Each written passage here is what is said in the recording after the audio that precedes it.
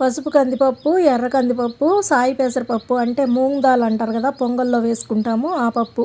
ఈ 3 రకాల పప్పులు తీసుకొని 3 రకాల ఆకుకూరలు అయితే వేసుకొని నేను కలగలుపు కూర అయితే చేశాను. ఈ వీడియో చాలా చాలా బాగుంటుంది, తప్పకుండా మీకు నచ్చుతుంది. ఎక్కడ స్కిప్ చేయకుండా చూడండి రా ప్లీజ్. ఇవి మా అత్తగారి ఇంట్లో సహజంగా ఎట్లాంటి ఎరువులు లేకుండా దొడ్లో పండిన ఆకుకూరలు అన్నమాట. మా తోడుకోడలు అయితే ఇవి ఇచ్చి పంపించారు.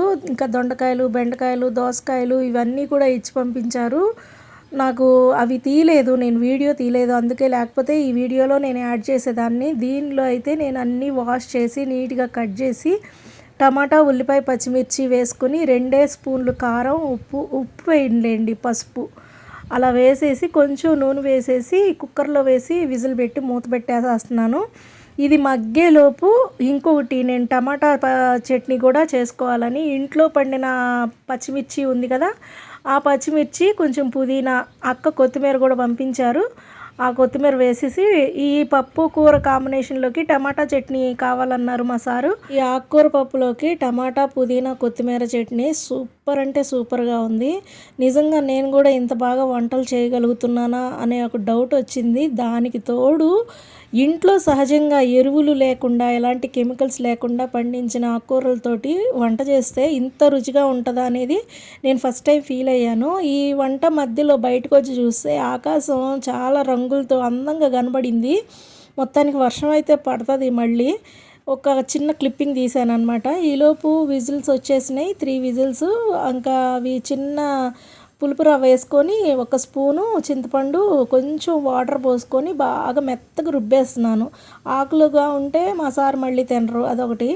అందుకని నీట్గా మెత్తగా రుబ్బేసేసి దీనిలోకి కొంచెం నెయ్యి వేసి తాలింపు వేసాను.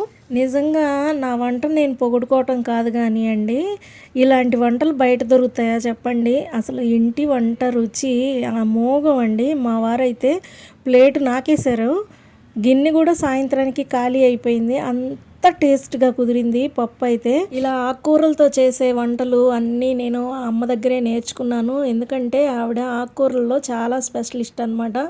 తోటకూర ఇగురు చేస్తుంది, చాలా బాగా చేస్తుంది. గోంగూర చట్నీ కానీ, పప్పు గోంగూర కానీ, ఆకుకూర పప్పు కానీ చాలా చాలా రుచిగా చేస్తుంది. ఆవిడ దగ్గరే నేర్చుకున్నాను, అమ్మ దగ్గర నేను. ఇవాళకి ఇవన్నీ అయితే టేబుల్ మీద అయితే సర్దేస్తున్నాను.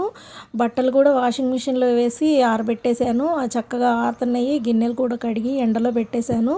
ఇవాళ నేను మినీ వ్లాగ్ పోస్ట్ చేస్తున్నాను. ఫుల్ వీడియో అయితే నేను తీయలేదు, షార్ట్కట్లో చూపించాను. ఇదండి ఇవాళ వీడియో. ఈ వీడియో మీకు నచ్చినట్లయితే ప్లీజ్ ఒకసారి ఛానల్ని సబ్స్క్రైబ్ చేసుకొని సపోర్ట్ చేయండి రా.